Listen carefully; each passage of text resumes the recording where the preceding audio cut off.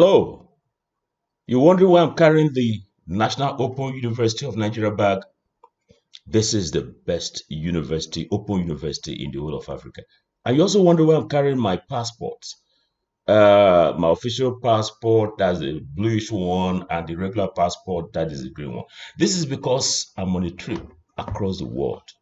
I'm on a trip to check out the accreditation instruments in different countries of the world. Today's lesson is on comparative analysis of accreditation instruments across the world. So, my body has been announced. The first flight is to the US. Oh, you want to come along? Of course you can. The reason being that you need to have COVID-19 clearance 24 hours before travel. So I have my COVID-19 clearance. Actually, I have my COVID-19 certificate. And so I'm good to go. Don't worry. When I come back, I'll bring you the goodies regarding the analysis of accreditation instruments across the world. Let the lesson begin. Yeah, so the lesson on comparative analysis of instruments for accreditation across the world begins.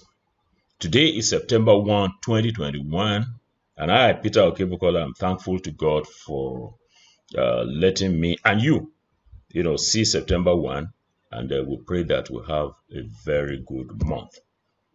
It is not happy people who are thankful. It is thankful people who are happy. So I'm thankful to God and I'm happy. And I'm sure you are also thankful. And there you are, wherever you are happy.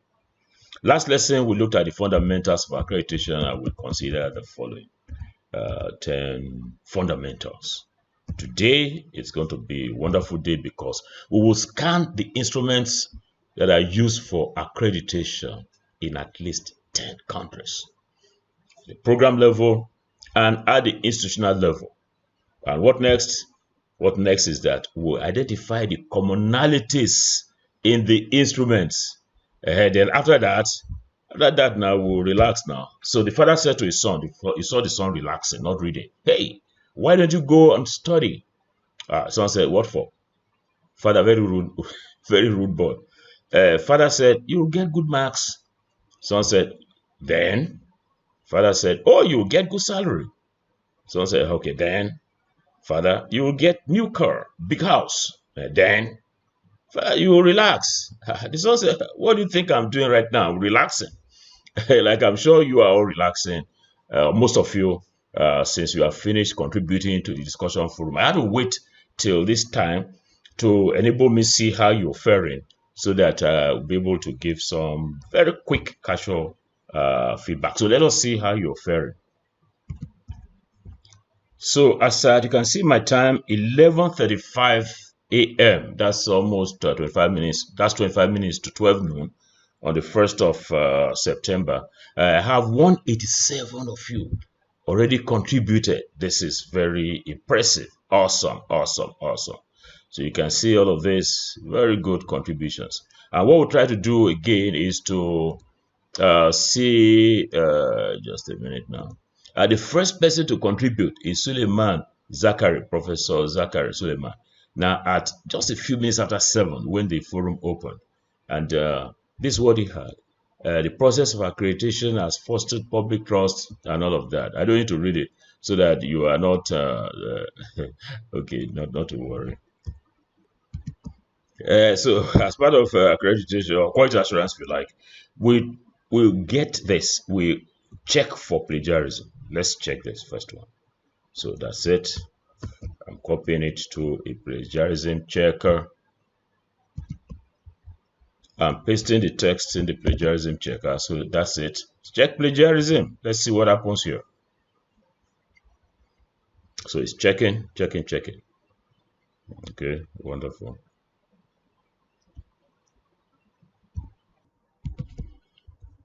So how do we score on this? 20%. It's telling us that 50% is from researchgate.net. Accreditation will ensure that private higher education students are regarded as this. 50%, okay, fine. This is the regional networks include this and this and this and this and all that. 50% from University World News. Okay, 50%, that's about 10% on the whole. Well, we'll tolerate this. What else do we check? We check number of words. Yeah, you know that the rule is should be maximum 200 words. So we copy everything here and we put into Word and then do our. So as you can see at the bottom here, 199 words. Very smart, very good. So this is approved for assessment. We already have about 101 graders who will assess you. Not one person, two persons assessing a participant. It's going to be quite good. Yeah, so let's quickly see the database at the end here. You can see the people who have submitted. Oh, Professor Samson Elijah from Botswana. This is very, very good. And of course, you have, you can see all of them that have submitted.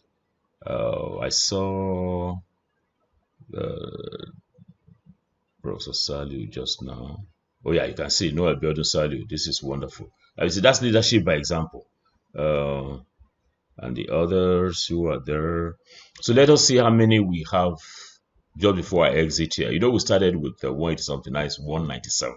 So this is very impressive. And you still have more than 2 hours to go.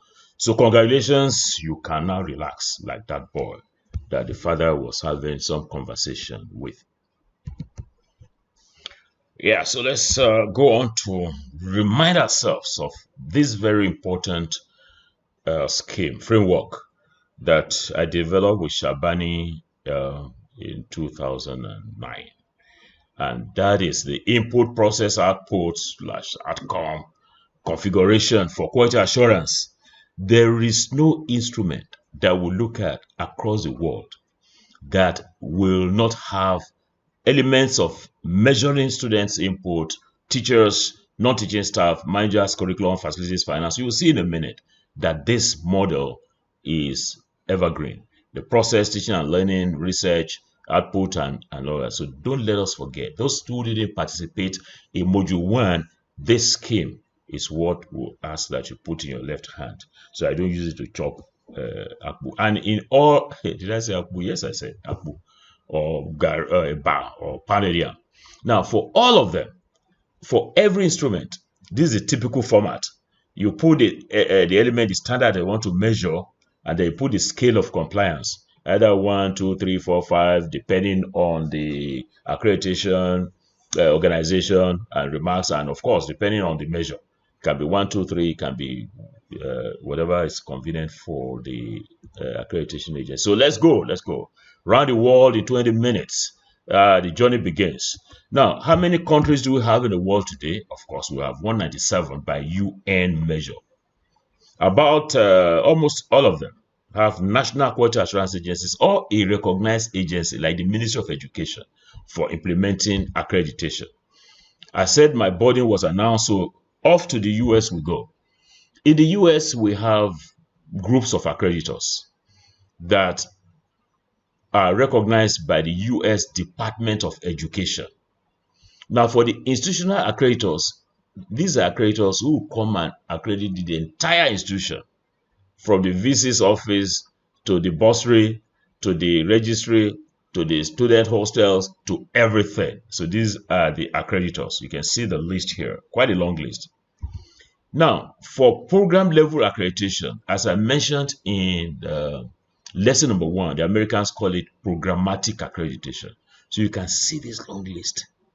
In other words, it's different from what is typical in an African accreditation system, where you have one agency, a Council for Higher Education, or the National Universities Commission, or GTech in Ghana, that will be one-stop shop. There in the US, it's so decentralized.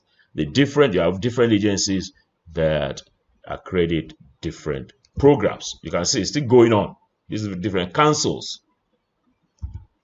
Let's take one of them, because this lesson is my visit to the US. I'm already in the US, by the way.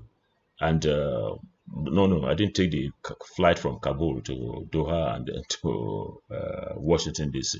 I came on special flight. Noun Air, National Open University of Nigeria Air. So in one of them, which is the Accreditation Board for Engineering and Technology, ABET, using that as an example. Now, ABET is a globally renowned, not only it's based in the US, but it stretches its wings across the whole world. including Nigeria. You have quite a number of our universities in Nigeria that have ABET accreditation. And what is the instrument like?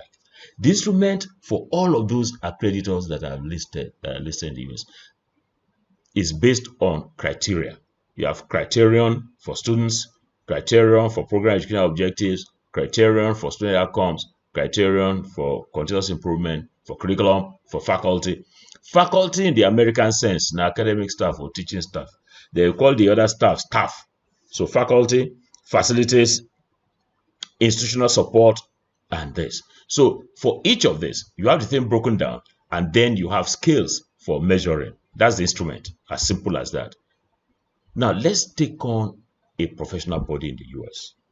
That's the Dental Education Program Standards for is the Commission, not Council, on Dental Accreditation. I can see that Professor Ogunbodede, our Vice Chancellor of Obafemi Awolowo University, one of the greatest dental researchers that we have in the world, in Africa, will be happy that I singled this out.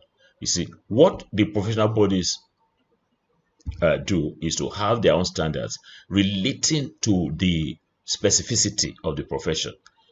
Accreditation standards for dental education program. You have institutional effectiveness, educational. These are the 6 standards. The educational program itself, the curriculum management, clinical sciences, and all that, ethics and professionalism. Faculty, that's the teachers, that's the ASU people, and Nigerian participants will understand my language here. The staff will mean the NASU people, the SANU people. So educational support services and all of that, patient care services, and research program. So that's what we have as the instrument for accreditation. Now let's move from the US, cross the North Atlantic. I'm landing now in Heathrow, Terminal 5. And I'm going to Quality Assurance Agency. But before that, United Kingdom. United Kingdom is made of 4 countries. You have England, you have Wales, you have Scotland, and you have Northern Ireland. And together they make up what we call the United Kingdom. And they have one group, an agency. It's called the Quality Assurance Agency. You will note that the chief executive, Douglas Blackstock, came to our opening ceremony 2 days ago, and he will come back again to give us more detail about this. So for the QAA in the UK, you have the UK Quality Code for Higher Education. This is the instrument, the code for doing the quality assurance, and it has the core practices that are expected. No time to read all of this, but the provider has sufficient appropriately qualified and skilled staff. So it's looking at the staff segment to deliver a high quality academic experience. The provider has sufficient and appropriate facilities, learning resources, and student support services. I keep seeing these student support services, and we're going to come back to it when we come into Africa. The provider actively engages students individually and collectively in the quality of their educational experiences. The provider has fair and transparent procedures for handling complaints and appeals, and the rest of them. This is the UK Quality Code. Coming to Africa. And in Africa, we're starting with East Africa, and we're taking 3 countries because they have some commonalities. So that's why I'm grouping them together. I'm taking Tanzania, Kenya, and Uganda. In the 3 countries, the 3 East African countries, you have these they're not called standards. They are the items or the standards. Well, not called criteria. Excuse me. They are the standards. So you have academic character, mission and vision, academic programs, human resources, library resources, physical resources. You can see they're almost identical in the 3 countries. Qualified staff, size of the program, admission of students, content of the program, assessment processes, and the rest of them. So you have commonalities: Kenya, Tanzania, Uganda. We're going on down. We're leaving Eastern Africa. We're going to South Africa. South Africa has a very strong council. Excuse me. Council, CHE. These are the criteria for program accreditation by the Higher Education Quality Council. Is it committee?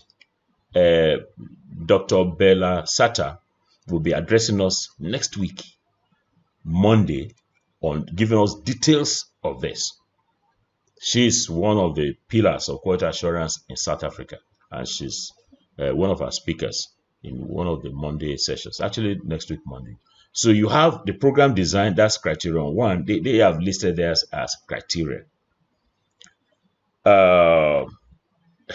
Student recruitment, admission and selection, that's criterion 2. Criterion 3 is staffing, qualifications, teaching experience, assessment competence, research profile, size and seniority, full-time and part-time staff, legislation and conditions of service, and the rest of them. So it continues. Criterion 6 is student assessment policies and procedures, infrastructure and library resources, program administrative services, postgraduate policies, program offered through distance education.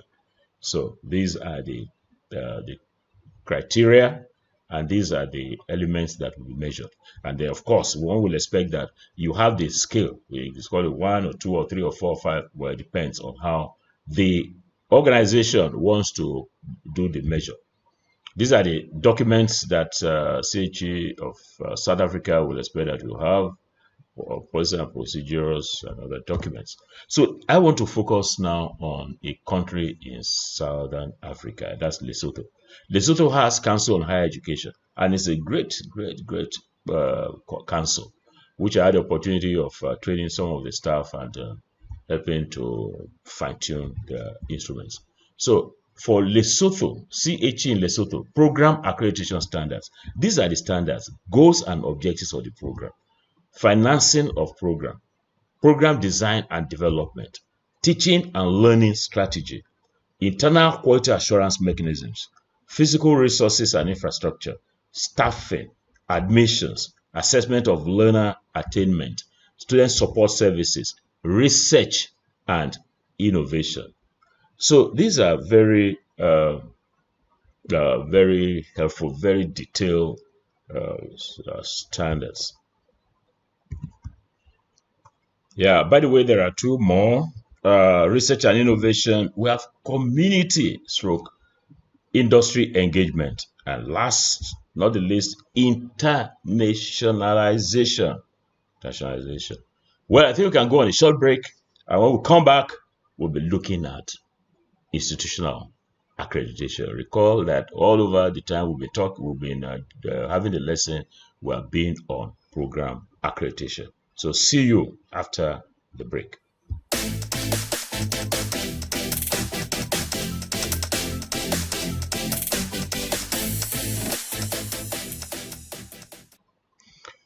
Welcome back from the break. We're pressing on now to institutional accreditation and the framework that I mentioned earlier with regard to program accreditation still applies. This framework is input, process, output, and any instrument that you're using for institutional accreditation must factor in these input variables, the process variables, and the output / outcome variables. I want to take a US example and a Nigerian example in terms of instruments for institutional accreditation. You know, I flew into US the other time. Not that I came back to Nigeria. While still in the US, I also looked at how institutional accreditation is being conducted. So I'm taking you now to number 1 university, which is Harvard, as example of the US case, as a case study from the US. So for Harvard University, it was due in fall of September-ish, 2009. So, you know, it goes on when you have full accreditation at the institutional level, it goes on for about 10 years or so. So this is what we have for Harvard. You will see the criteria, which you call the standards, mission and purposes, planning and evaluation, organization and governance, the academic program, faculty, students, library and other information resources, physical and technological resources, financial resources, public disclosure and integrity. So on these 11 standards, these are what, let's see what is self-study for. I'll just rush through this. You can see they give the demographic data, and then you have the rendition standard by standard, self-study narrative. So this standard 1, mission and purposes. So you have the narrative here that the accreditor will read through and make some judgment or score. Planning and evaluation. I'll do one more. That organization and governance. So that's just it. It's a 141-page document that will be available to the accreditor. And as you can see from the top here, self-study for NEASC accreditation. I just checked online to find out the status, and I'm seeing that the New England Commission for Higher Education, that's the accrediting agency, the universities will submit an interim 5th-year report for consideration in fall of 2022. That's like about now, next year. The next comprehensive evaluation will be scheduled for fall of 2027. So it has specialized accreditation for its different schools. The Harvard Business School, Specialized Accrediting Agency, Harvard Divinity School, Harvard Graduate School of Design, and the rest of them. You can see our ABET here, School of Engineering and Applied Sciences. So this is quite interesting, meaning that the different schools have their different programmatic and institutional accreditation schemes. Let's leave Harvard and come to Nigeria and come to the National Universities Commission. As you can see, this is the instrument for institutional accreditation that was applied 2011-2012. It has changed only very slightly. And you have 6 standards. Institutional accreditation is conducted in relation to a set of minimum standards set for the following: institutional vision, mission, and strategic goals, institutional governance and administration, institutional resources, quality of teaching, learning, and research, institutional efficiency and effectiveness, extension services and consultancies, transparency, financial management and stability, and then the general ethos. So as you can see, the assessor is to score 0, no evidence of compliance, and there was a maximum score for a sub-criterion, full compliance or better to whatever. So this is what you have, and you have the demographic area, and you can see for every standard, you have the maximum scores that are provided here. Institutional vision, mission, and strategic goals. This is one of the best instruments, not because me and I German, but because this is quite impressive. So I have a mark for any 8, and that's what we have all the way through. Let me just scroll to the end of this instrument. Very comprehensive instrument. The assessing standards and data sources. We're going to get the data for the different standards there. And let's see, I think when it's all done, the assessors to confidential, when it's 80% and above, A+, this has been slightly revised. No signature of the person. So that is it. I'm back home now after the tour of, I said minimum of 10. I think I went to about 15 countries. Wow, very exciting trip, by the way. So we've seen the US and the Nigerian example, and we want to now summarize these things.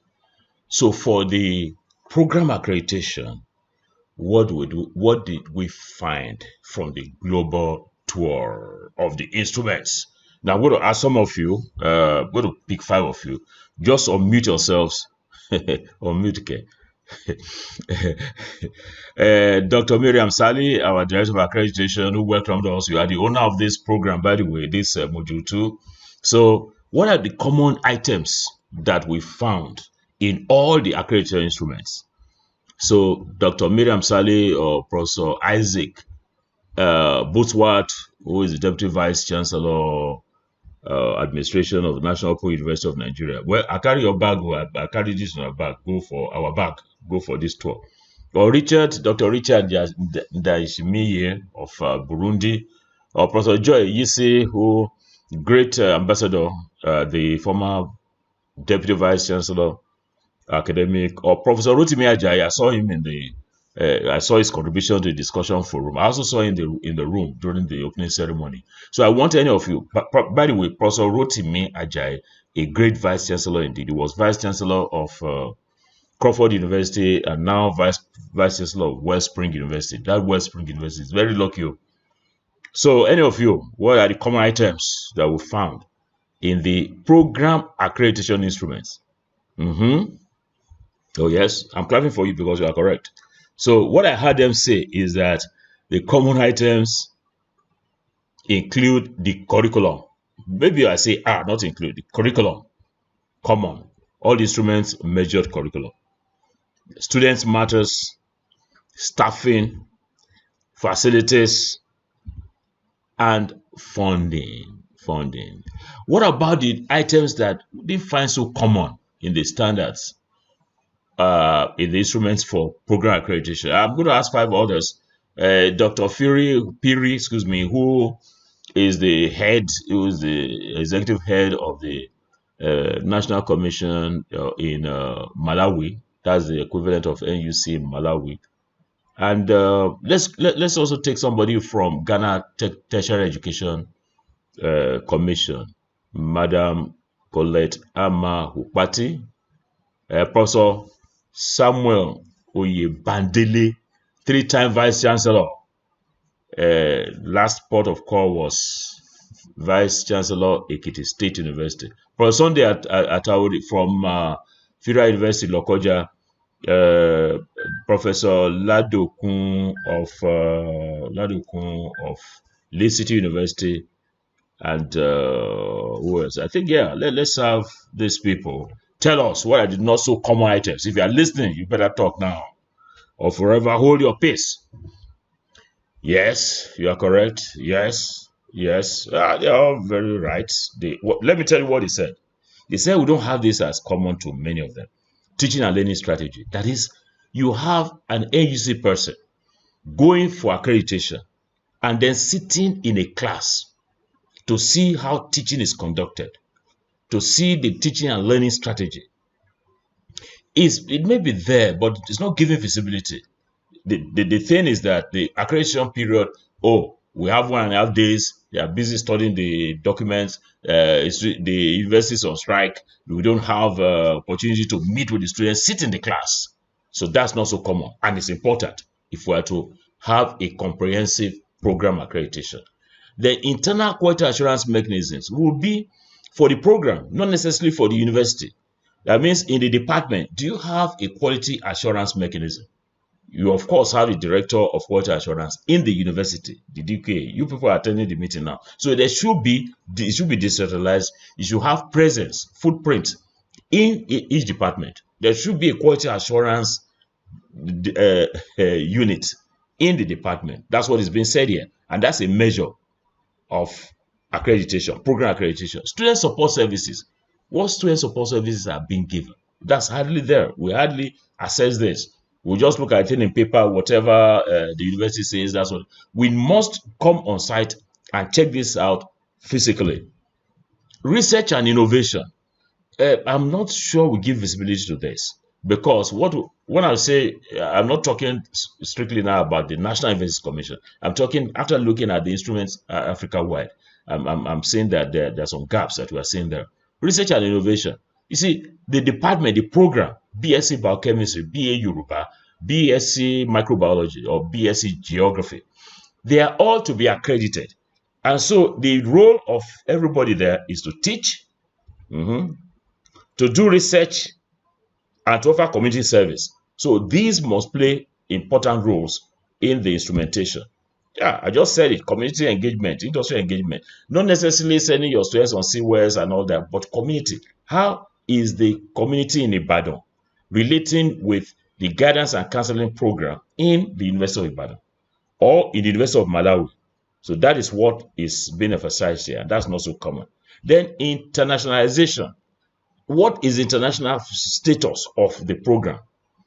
So this is a very strong message, very important message, not strong, very important message that we're passing through this training. You have to show the level of internationalization of your program.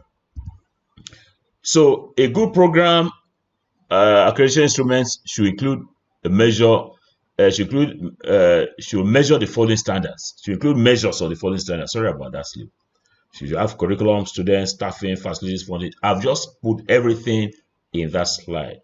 The last slide, the two things, common and not so common here. So a good program accreditation instrument should have this. So in summary, what did we learn? We're saying that in the different countries visited, we have some things that are common and others that are not common. The common ones as listed, curriculum, students, staffing, and all of that. The not so common ones we already know. And that professional bodies give special slant to competencies that are expected of the professionals in the discipline. In medicine, in law, in engineering, in education, the professional bodies will put special slant on that. And therefore, institutional accreditation, all aspects of institutional activities in the hostels, in the playground, in the bursary department, in the registry, or everywhere, council will have to be covered by that instrument. The key message of this lesson, I've gone all over the world, and now you can see that I should be tired because if I need to. My plane is almost empty.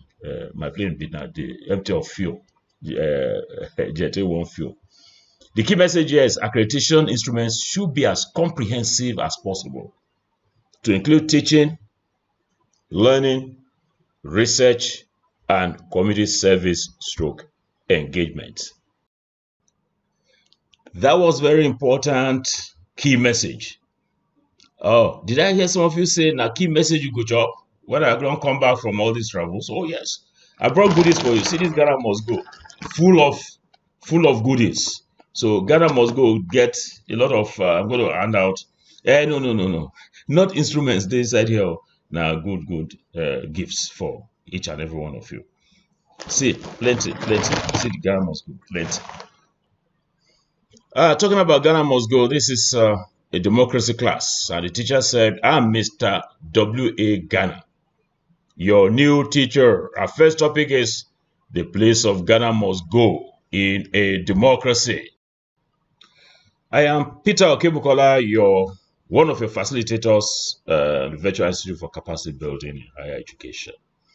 Our next topic is the concept of Ghana must go in accreditation. Not be like that. It is the concept of inter-rater reliability of accreditors. That next topic is going to be very, very interesting. So until then, it is bye from me. I wish you all the very best in the month of September and decades beyond. Bye.